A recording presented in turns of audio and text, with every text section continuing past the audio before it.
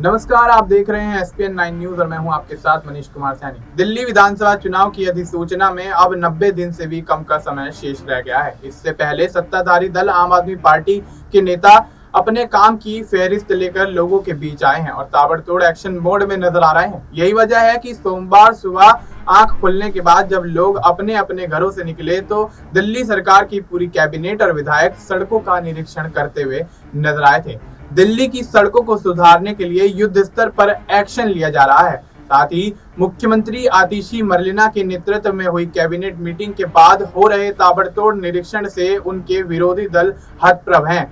अब बीजेपी ने आतिशी सरकार की सड़क निरीक्षण कार्रवाई को चुनावी शिगुफा करार दिया है। दिल्ली बीजेपी अध्यक्ष वीरेंद्र सचदेवा ने कहा, 10 साल सड़कों को बर्बाद करने वाले, कोई रखरखाव ना करने वाले, चुनाव अधिसूचना से लागू लगभग 10 हफ्ते पहले जाकर सड़कों पर गड्ढे मुक्त करने के दावे कर रहे हैं। बीजेपी नेता ने कहा कि दिल्ली की सड़कों को बर्बाद करने में दिल्ली जल बोर्ड और लोक निर्माण विभाग के सीवर एवं नालों की सफाई न करने का भ्रष्टाचार भी दोषी है। इस कारण दिल्ली की सड़कों पर हर साल भारी जल जमाव होता है और सड़कें न सिर्फ खराब हुई हैं बल्कि खोखली होकर दिल्ली भर में धसी हुई हैं।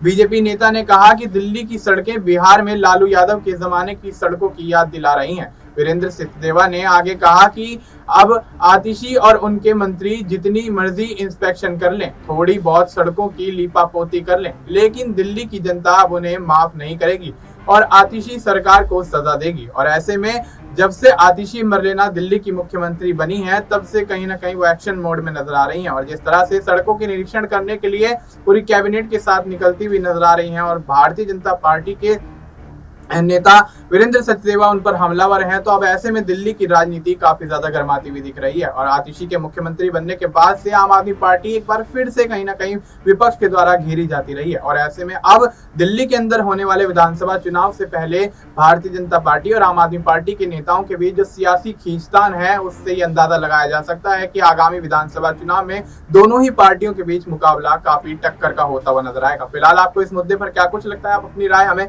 कमेंट करके बता सकते हैं। बाकी देश और दुनिया से जुड़ी तमाम जानकारी के लिए आप देखते रहिए एसपीएन 9 न्यूज।